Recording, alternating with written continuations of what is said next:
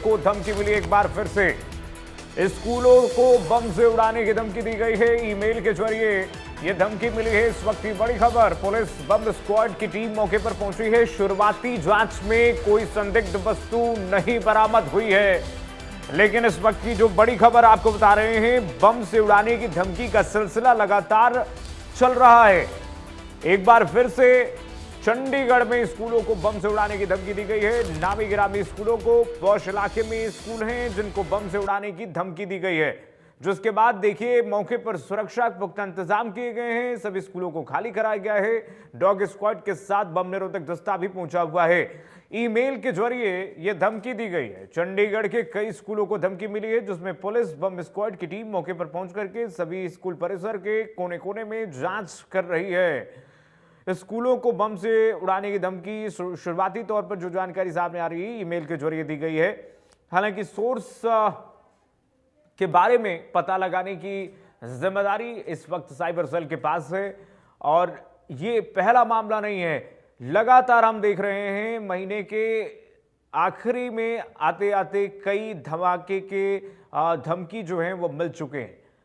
स्कूलों को इस तरह से उड़ाने की धमकी पूरे दिल्ली एनसीआर में लगातार मिल रहे हैं। दिल्ली एनसीआर हो, चाहे नोएडा के स्कूल हो या फिर अब चंडीगढ़, गुरुग्राम, हर जगह बड़े स्कूलों को बम से उड़ाने की धमकी मिली है।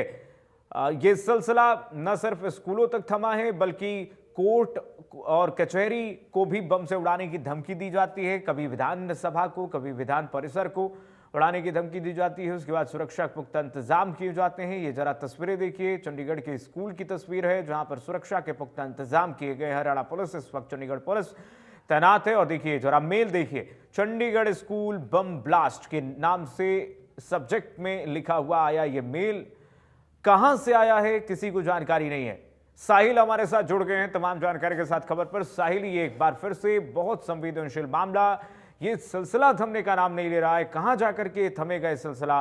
साहिल, लगातार हम देख रहे हैं बम से उड़ाने की धमकी मिल रही है, कभी स्कूलों को, कभी कोर्ट को।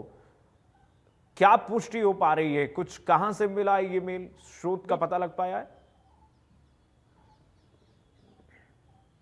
बिल्कुल कीर्तिमान, आप सही कह रहे हैं कि आखिर क्या ये पूरा माजरा है कि लगातार जिस तरीके से कभी हरियाणा सिविल सचिवालय को, पंजाब सिविल सचिवालय को, हाई कोर्ट को, स्कूलों को भी लगातार थ्रेट जो है वो मिल रहा है बम से उड़ाने का।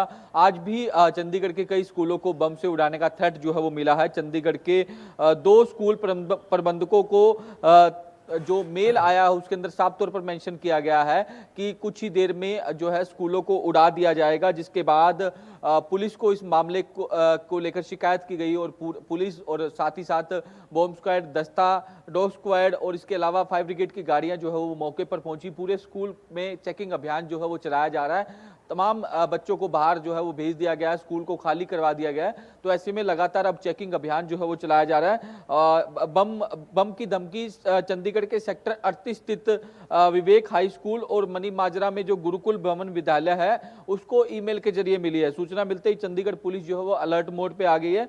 तुरंत बॉब स्क्वाड दस्ता जो है वो मौके पर बुलाया गया, डॉग स्क्वाड की टीमें बुलाई गई। चेकिंग अभियान जो है वो लगातार चल रहा है। ये कोई पहली दफा नहीं है कि चंडीगढ़ के स्कूलों को इस तरीके की धमकी मिली हो, लेकिन इससे पहले भी कई बार मोहाली, चंडीगढ़ और भी तमाम इलाकों में स्कूलों को बम से उड़ाने की धमकी जो है वो मिल चुकी है। आज भी इस तरीके की घटना जो है वो घटी है, जिसके बाद बच्चों में दहशत है, हड़कंप की स्थिति जो है वो बन गई है। सड़कों पर जो है तमाम बच्चे जो वो आकर खड़े हो चुके हैं, क्योंकि पुलिस अंदर चेकिंग अभियान चला रही है। क्योंकि एहतियातन के तौर पर ये जरूरी भी है, क्योंकि अगर इस तरीके का थ्रेट मिलता है तो जाहिर तौर पर, लाजमी तौर पर, हालांकि कुछ भी ना हो लेकिन चेकिंग इस तरीके की जरूरी है।